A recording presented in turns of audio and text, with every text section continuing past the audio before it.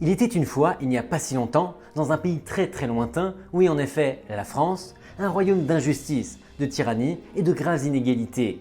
Une minorité privilégiée dirigeait la majorité d'une main de fer, et la majorité n'avait pas son mot à dire. Cependant, tout cela a changé lors d'une nuit fatidique de 1789, lorsque l'étincelle de la Révolution a allumé une étincelle dans le peuple français, et que l'ancien régime a été renversé. La Révolution française, comme on l'a appelée, a été un événement puissant qui a secoué le monde à l'époque, et ses ramifications sont encore ressenties dans le monde entier aujourd'hui. Comment cela a-t-il commencé? Que s'est-il passé pendant la Révolution? Et pourquoi était-elle si importante? Explorons toutes ces questions et bien d'autres encore, et découvrons comment les événements de la Révolution française ont changé le monde à jamais.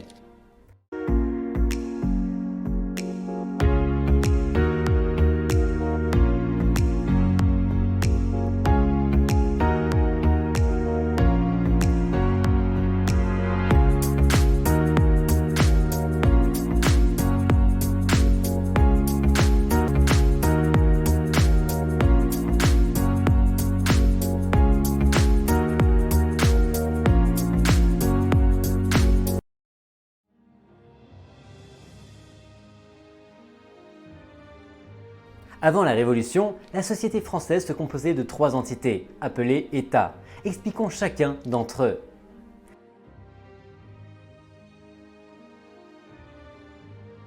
Le haut clergé, c'est-à-dire les nobles, et le bas clergé, c'est-à-dire la plèbe. Il n'y avait pas d'impôt, mais les paysans leur versaient un petit quelque chose de spécial, une dîme annuelle correspondant à 10% de leur récolte. L'ensemble du système éducatif était dirigé et contrôlé par l'Église, et si elle n'aimait pas ce que vous écriviez, elle avait le pouvoir de vous censurer. Alors écrivain, clairement il fallait surveiller vos arrières.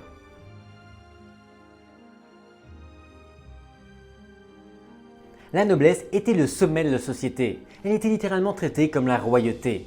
Ils se pavanaient le nez en l'air, tout en sachant que personne n'osait contester leur autorité.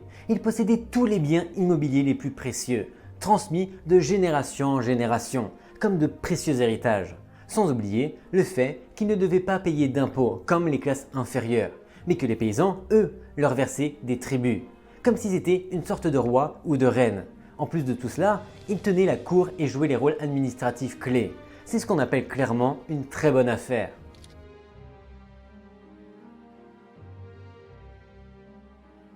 Également appelé État commun, il se compose de la bourgeoisie, marchands, banquiers, professions libérales, intellectuels, de la paysannerie, petits propriétaires terriens, métayers ou journaliers, et des artisans urbains, parfois regroupés en guildes. Ils payaient des droits d'impôt et n'avaient aucun pouvoir ou droit politique. Aussi impressionnant que cela puisse paraître, le premier et le deuxième État étaient composés de quelques privilégiés représentant environ 3% de la population. Le troisième État, quant à lui, représentait environ 97% de la population totale, mais devait soutenir les 2 autres États par ses impôts.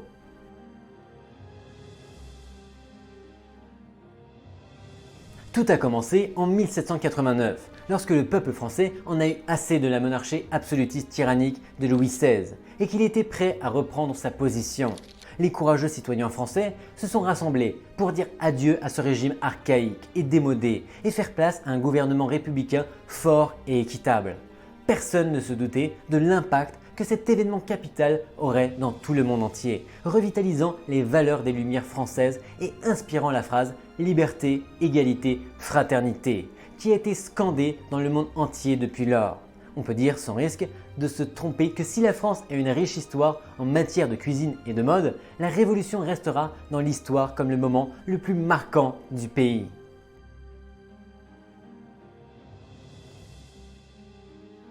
Les choses sont sur le point de devenir réelles. Les citoyens ordinaires du troisième État en ont assez d'être exploités par les élites du premier et du deuxième État. C'est ainsi qu'un jour fatidique, ils ont pris leur fourche et ont pris d'assaut la Bastille pour reprendre le pouvoir. On se croirait dans un film. Les citoyens réclament la liberté et l'autorité de la monarchie est bafouée. C'est l'étincelle qui a mis le feu aux poudres et qui a conduit à l'historique et épique Révolution française. Une révolution qui allait changer à jamais le visage de la société et créer un nouveau monde fondé sur les droits fondamentaux de tous les êtres humains.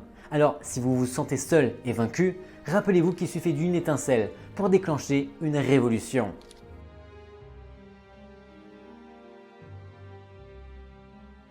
L'année 1789 a apporté l'étincelle qui allait déclencher l'une des périodes de changement mondial les plus intenses du XVIIIe siècle, la Révolution française. La France s'anime alors d'un mouvement de rébellion contre la monarchie et l'Église catholique, dans l'espoir de prendre son destin en main. Il s'ensuivit 10 longues années tumultueuses, de 1789 à 1799, qui virent à la rédaction de la toute première constitution de la République française, l'établissement des droits de l'homme universel, et malheureusement une énorme dose de violence. Le sang coule de part et d'autre. Les troupes du roi tyran sur les révolutionnaires et les révolutionnaires ont appliqué leur propre version de la justice aux monarchistes, par le biais des fameuses guillotines, pendant le règne de la terreur de 1792 à 1794. En outre, les forces révolutionnaires ont même dû affronter les armées de l'Autriche et de la Prusse, qui considéraient toutes deux les changements en France comme une menace pour leur propre statu quo, et ont donc envoyé leurs troupes dans une tentative infructueuse de défendre la monarchie. En fin de compte, cependant, la révolution n'a pas pu être étouffée, et malgré tous les troubles et les prises de revanche, elle a été finalement conduite à l'une des transformations sociales et politiques les plus radicales de son époque.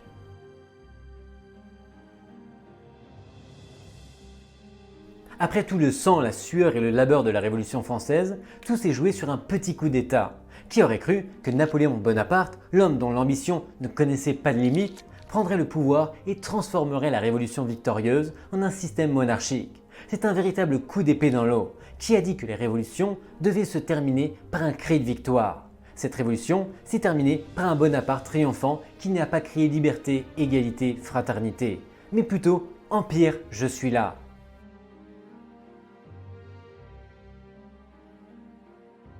Les causes de la Révolution française sont multiples. Parmi elles, les suivantes se distinguent.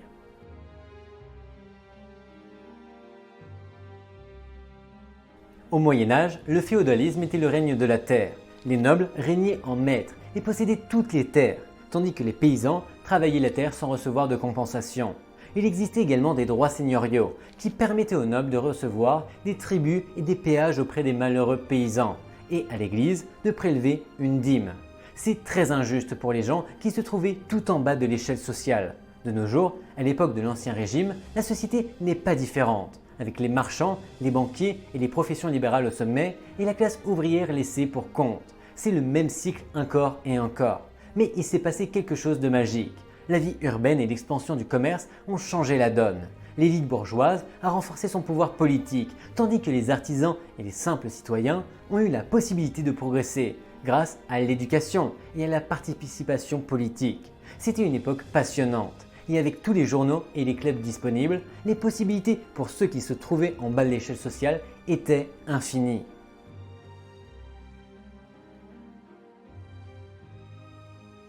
Les Français sont arrivés et tout le monde était sous le choc. Ils ont atteint un niveau de vie luxueux et même les plus démunis peuvent désormais bénéficier d'une éducation digne de ce nom. Le taux de mortalité a chuté et l'espérance de vie a grimpé en flèche. Et en un rien de temps, la population a grimpé en flèche également pour atteindre 26 millions d'habitants.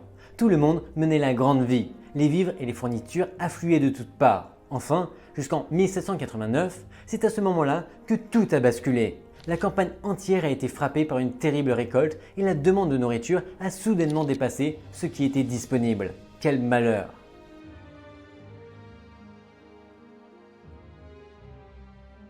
Ces années ont vu l'avènement d'une révolution de la pensée, connue sous le nom de Lumière. Avec son ambition de remplacer les superstitions religieuses par le pouvoir de la raison, ce mouvement visait à éclairer un monde jusque-là plongé dans l'ombre des croyances et des pratiques religieuses.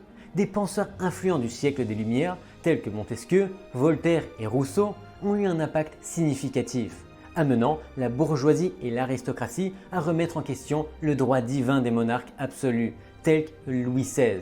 À la place, les théoriciens de la philosophie ont mis en avant la notion d'un gouvernement fondé sur la séparation des pouvoirs, les libertés constitutionnelles et la consécration de la souveraineté nationale. Le siècle des Lumières a ainsi apporté un souffle nouveau au monde, offrant une phare de connaissance et de liberté.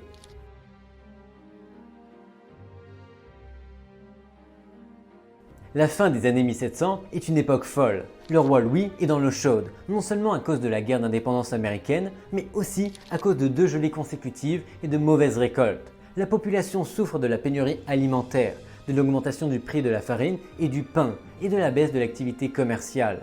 Le roi, qui cherche à joindre les deux bouts, tente d'augmenter les impôts, mais il est contraint de réunir les États généraux, c'est-à-dire les représentants du clergé, de la noblesse et du tiers-État, pour se sortir de ce mauvais pas. Quel stress intense!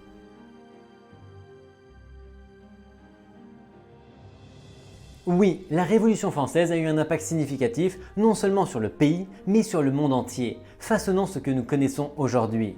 Tout cela à cause d'un seul événement historique.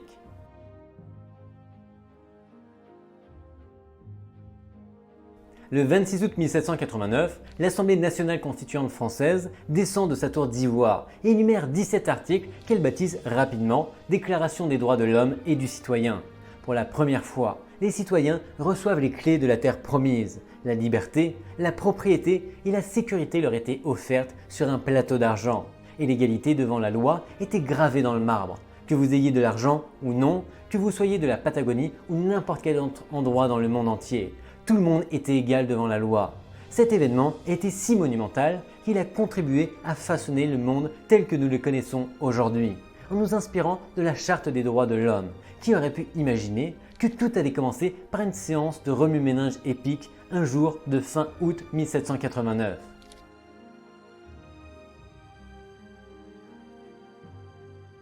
Ah, la Constitution française de 1791, pierre angulaire de l'un des documents les plus révolutionnaires de tous les temps. Certes, c'était il y a plus de 2 siècles, mais ses principes sont toujours d'actualité. Ce document important a établi la norme pour les gouvernements modernes en instituant des principes révolutionnaires tels que la liberté de pensée et de la presse et de la liberté religieuse qui ont depuis longtemps servi de base à tous les citoyens pour jouir de leurs droits. En outre, il a supprimé les distinctions héréditaires, ce qui signifie que vous pouvez enfin être votre propre personne.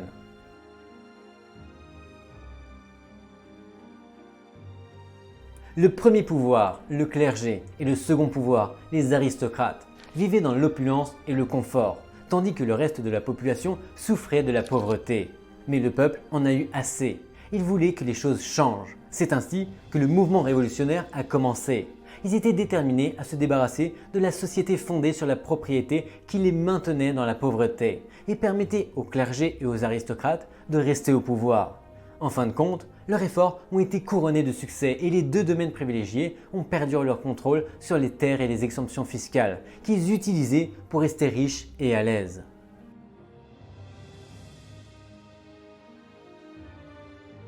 Après la Révolution française, la France renaît des cendres du féodalisme, déterminée à donner naissance à un État-nation glorieux.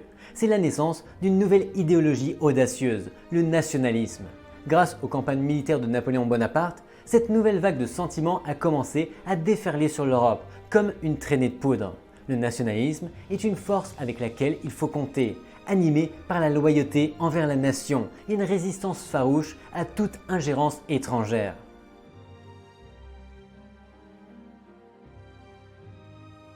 Tout a commencé il y a longtemps, lorsque ces Français intelligents se sont lancés dans une révolution. Ils voulaient faire bouger les choses et montrer au monde que le changement était possible. Ils se sont donc levés, ont brandi leurs poings en l'air et ont proclamé leurs idéaux révolutionnaires. Cette étincelle a fait le tour du monde, car elle a d'abord stimulé la bourgeoisie et les penseurs des Lumières, qui ont cherché à créer des systèmes similaires dans les pays d'Amérique latine, comme Haïti, le Mexique, le Chili et l'Argentine, puis en Europe, où les monarchies sont tombées et des constitutions ont été mises en place. Mais la révolution n'était pas encore terminée. Un acteur majeur de la scène mondiale devait encore faire entendre sa voix. C'est ainsi qu'est née la révolution russe de 1917, au cours de laquelle la classe ouvrière a obtenu une représentation inédite. Et c'est ainsi que les changements apportés par la Révolution française, comme le concept de nation, les droits des citoyens, etc., imprègnent encore nos vies aujourd'hui. Alors n'oubliez pas, si vous voulez changer les choses, il n'est jamais trop tard pour suivre l'exemple de ces révolutionnaires français intelligents et audacieux.